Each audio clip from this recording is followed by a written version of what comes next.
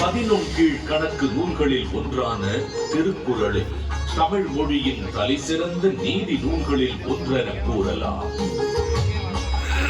1.5 அடியில் 7 சொற்களில் மட்டுமே கொண்டு எழுதப்பட்டு ரத்தின சுருக்கமாக, அதே நேரத்தில் மிக ஆழமான கருத்துக்களை வெளிப்படுத்தும் நூலாக, மிகச்சிறிய வார்த்தைகளில் மிகப்பெரிய தத்துவங்களை அடக்கியுள்ள நூலாக இருக்கும் திருக்குறள் என்றும் அது வகுத்தளிக்கும் நெறிமுறைகளுக்காகவும் அது வழங்கக்கூடிய பகுத்தறிவிற்காகவும் தமிழர்கள் மட்டுமல்லாது பல்வேறு மக்களாலும் விரும்பி போற்றப்படுகிறது.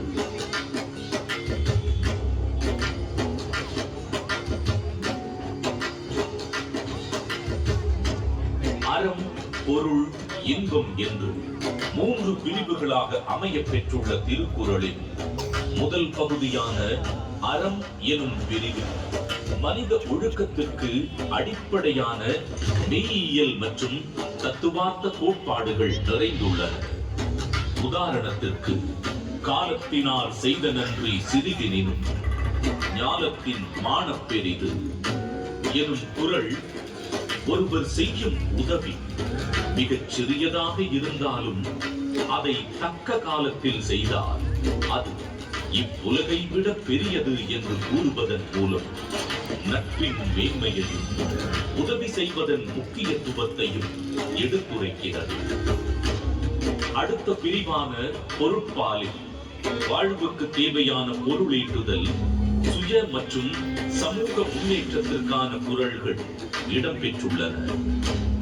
உதாரணத்திற்கு, கற்க கசடர கற்பவை கற்றபின் நிற்க அதற்கு தக எனும் குறளில் கல்வியின் முக்கியத்துவம், கல்லாமையின் தீங்கு, பொருள் கூர்ந்து கற்றல், அதன் பின் அறவழி நடத்தல் போன்ற எக்காலத்திற்கும் பயன் பெறும் கூறுகள் இடம்பெற்றுள்ளன. 3ஆம் பிரிவான இன்பத்துப்பாலில் இல் வாழ்க்கைக்கு தேவையான அகக்கூறுகள் இடம்பெற்றுள்ளன. உதாரணத்திற்கு, உடம்பொடு உயிரிடை எண்ணமற்றன, மடந்தையொடு எம்மிடை நட்பு எனும் குறள் உடலும் உயிரும் பிரியாமல் ஒன்றாக இருப்பது போல இல்லற வாழ்க்கையில் இருப்போர் ஒன்றாக இருத்தல் வேண்டும் என்ற பொருளுடன் காதலின் சிறப்பையும் இல்வாழ்வின் மேன்மையையும் உணர்த்துகிறது. ஏறத்தாழ 60க்கும் மேலான உலகின் பல்வேறு மொழிகளுக்கு மொழிபெயர்க்கப்பட்ட திருக்குறள் உலகெங்கும் அதிக அளவில் மொழிபெயர்க்கப்பட்ட சமயம் சாரா நூல்களில் ஒன்றாக திகழ்கிறது. திருக்குறளின் இலக்கிய வடிவமும் பொருளடக்கமும் அதன் செம்மொழி தன்மையை வெளிப்படுத்துவதுடன் உலக இலக்கியத்தின் ஒரு மாபெரும் ஆவணமாகவும் விளங்கி தமிழின் தொன்மையையும் தமிழர்களின் பெருமையையும் இப்புவியெல்லாம் கொண்டு சேர்த்துள்ளது. வள்ளுவருக்கும் அவருடைய குறளுக்கும் பெருமை சேர்க்கும் வண்ணம் அன்றைய தமிழகத்தின் முதலமைச்சராக இருந்த முத்தமிழறிஞர் டாக்டர் கலைஞர் மு. கருணாநிதி அவர்கள் திருக்குறளுக்கு உரை எழுதியது மட்டுமல்லாமல் பேருந்துகளில் திருக்குறள், பள்ளிப்பாடங்களில் திருக்குறள், திருக்குறள் கவியரங்கம், திருக்குறள் ஆய்வு என எளிய மனிதருக்கும் வள்ளுவரை கொண்டு சேர்த்தார். அவரது புகழை நிலைநாட்டும் விதமாக 1975 தொடங்கி பல இன்னல்களுக்கு பின்னர் 2000ஆம் ஆண்டு குமரி முனையில் 133 அடி உயரமுள்ள திருவள்ளுவர் கற்சிலையை திறந்து வைத்தார்.